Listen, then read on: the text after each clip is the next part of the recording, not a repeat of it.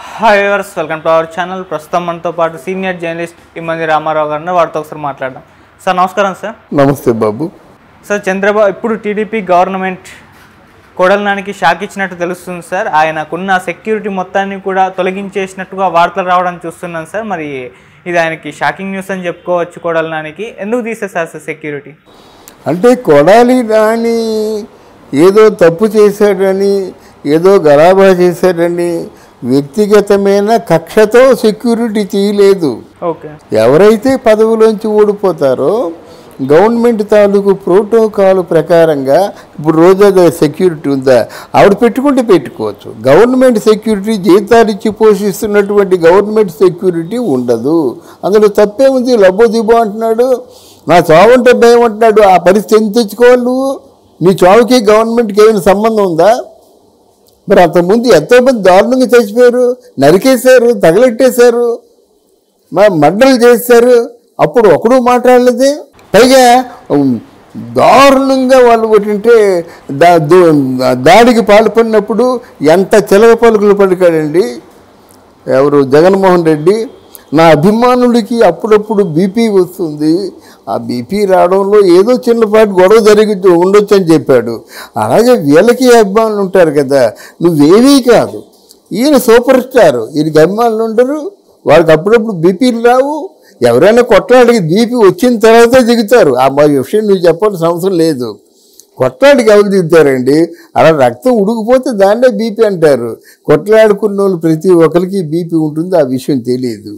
అయితే నాకు రక్షణ లేదంటే నీకు ఎవరిస్తాడు రక్షణ? నీ మంచితనం నేను రక్షించాలి, నీ పలుకుబడి నేను రక్షించాలి. నోటికి వచ్చినట్టు వాగి బూతులు తిట్టి అసలు ఎడవ చేయికి కుడి చేయికి కూడా తేడా తెలుసుకోకుండా అంత బండ నీ పేరే బూతులు మంత్రి. ఇప్పుడు అలోపడం అంటే ఎలాగవుద్ది? వెళ్ళిపో, ఎక్కడికి వెళ్ళిపోతే వెళ్ళిపోయినట్టయితే ఎవరు ఊరుకోరు. ప్రభుత్వ తాలూకు ఆస్తులు కాజేశావు, ప్రభుత్వ తాలూకు మున్సిపల్ ఆఫీసులోనూ నువ్వు రూపాయి అద్దె కట్టకుండా ఉన్నావు, కరెంటు బిల్లు కట్టలేదు, దాని మీద కమిషనరు కలెక్టర్కి ఫిర్యాదు చేశాడు, కలెక్టర్ నిన్ను సంజాయిషి అడిగాడు, సంజాయిషి అడిగినట్టు నువ్వేం మాట్లాడలేదు, నీ దిక్కుందని చెప్పుకోమన్నావు. ఎందుకంటే మన జగన్మోహన్ రెడ్డి గెలిచేస్తారు కదా, ఇంకేముంది, ఈసారి ఫుట్బాలే ఆడతానని చెప్పావు, నా దగ్గరికి ఎవరూ రాలేరని చెప్పావు, నన్ను టచ్ చేయలేని చెప్పావు. అంత గొప్పగా చెప్పినోడికి నీకు ఈరోజు భయం ఎందుకు? ఈ మాటలన్నీ నీయే కదా. నన్ను టచ్ చేయడమే, నన్ను దాటి వెళ్ళిపోయే మగాడు ఉన్నాడు అక్కడ అన్నాడు కదా. మరి వెనిగండ్ల రామ్ ఎలా టచ్ చేశాడు, ఎలా ఓడించాడు, ఏ మొహం పెట్టుకుని మళ్ళీ మాట్లాడతావు? అసలు నువ్వు చేసిన వాటికి అన్నిటికీ సమాధానం చెప్పాలి కదా. నీ తాలూకు నిర్వాహకంలో ఈ 5 ఏళ్లలో నీ మీద ఉన్న కేసులు అన్నిటికీ కూడా సమాధానం చెప్పాలి కదా. క్యాజినో ఎలా గాడించావు, దానికి గవర్నమెంట్ ఎంత ట్యాక్స్ కట్టించింది, ప్యాకెట్ ఎలా గాడించావు, ఆ వచ్చిన డబ్బుల్లో గవర్నమెంట్కి ఎంత ట్యాక్స్ కట్టావు, ప్యాకెట్ ఆడించిన తర్వాత ఇంకేది ఈ మన దాని కార్నివల్ అంటారన్నమాట. అక్కడ డ్యాన్సులు గీన్సులు అన్నీ ఉన్నాయి. అది ఒక రేవ్ పార్టీ లాంటిదే. అమ్మాయిలు డ్యాన్స్ చేస్తుంటారు, చూస్తారు, తెల్లవారు తాగుతారు, తర్వాత వాళ్ళ ఇష్టం.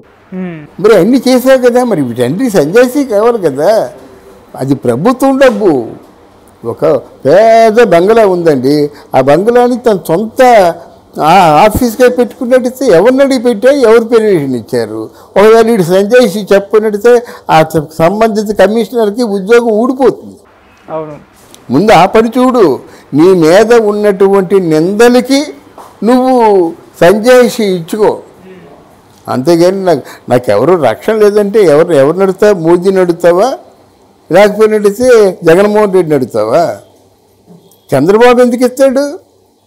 చంద్రబాబుని పూర్తిగా క్యారెక్టర్ అసాసినేషన్ కూడా చేసిన తర్వాత ఎవరైనా ఇస్తారండి?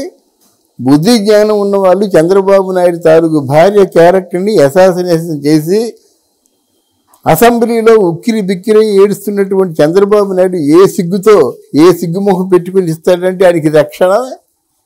కోరుకోమని చెప్పండి. డీజీపీ ఉంటారు కదా, అది లెటర్ ఇచ్చినట్టయితే వాళ్ళు న్యాయమైందని చెప్పినట్టయితే ఈయన పే చేస్తానంటే అప్పుడు ఇస్తారు. అదంతా లాంగ్ ప్రాసెస్. అంటే ఫోన్ చేయగానే పంపించడానికి జగన్మోహన్ రెడ్డి కాదు ఇక్కడ. ఆ విషయాన్ని గ్రహించాలి. ముందు నువ్వు చెప్పిన వాటికి అన్నిటికీ సంజాయిషి చెప్పు. ప్రభుత్వానికి చెందవలసినటువంటి ట్యాక్సుల రూపంలో చెందవలసింది ఎన్ని వందల కోట్ల రూపాయలు నువ్వు ఎగ్గొట్టావో చెప్పు. ఏ పర్మిషన్తో నువ్వు ప్యాక్ ఆడించావు, ఏ పర్మిషన్తో నువ్వు కార్నివల్ రన్ చేసావు, ఏ పర్మిషన్తో నువ్వు పూర్తిగా ఇక్కడ మద్యం అమ్మకాలు సాగించావు. ఆ మద్యం కూడా బ్రాండెడ్ మద్యం.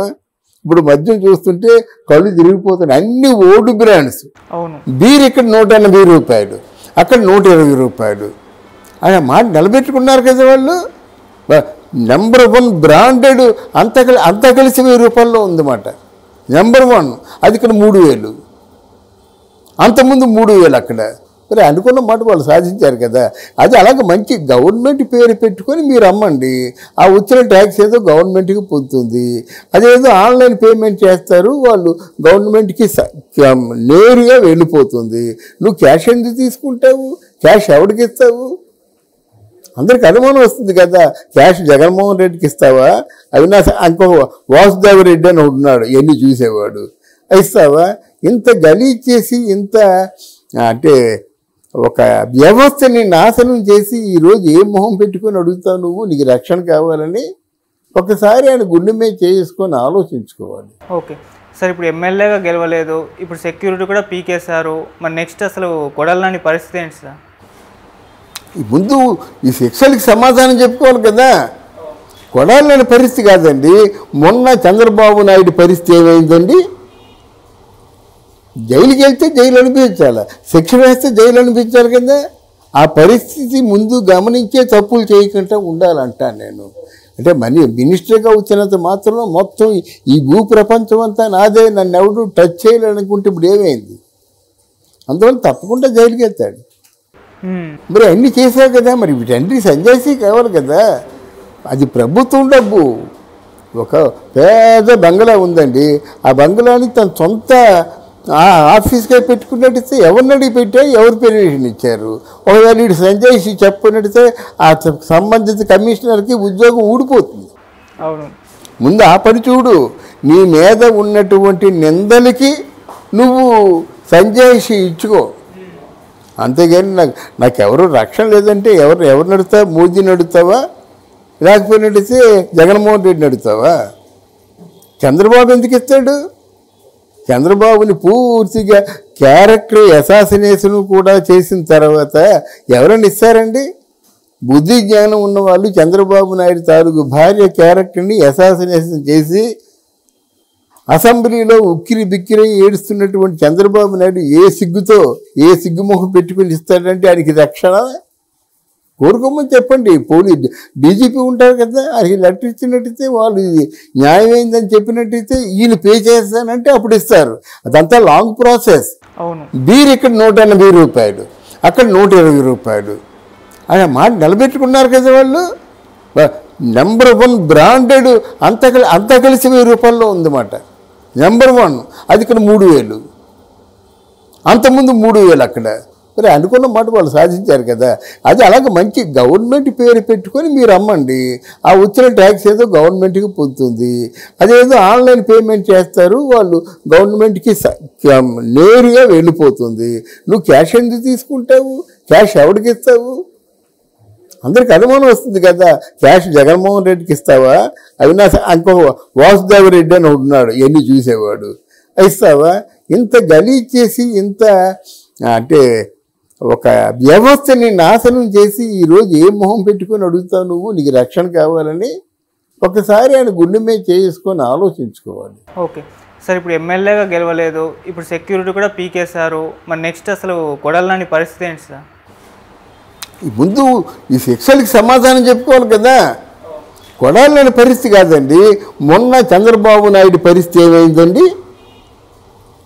జైలుకి వెళ్తే జైలు అనిపించాలి, శిక్ష వేస్తే జైలు అనిపించాలి కదా. ఆ పరిస్థితి ముందు గమనించే తప్పులు చేయకుండా ఉండాలంటాను నేను. అంటే మినిస్టర్గా వచ్చినంత మాత్రం మొత్తం ఈ భూ ప్రపంచం అంతా నాదే, నన్ను ఎవడు టచ్ చేయాలనుకుంటే ఇప్పుడు ఏమైంది? అందువల్ల తప్పకుండా జైలుకి వెళ్తాడు. Okay sir, thank you so much. Thank you అమ్మా.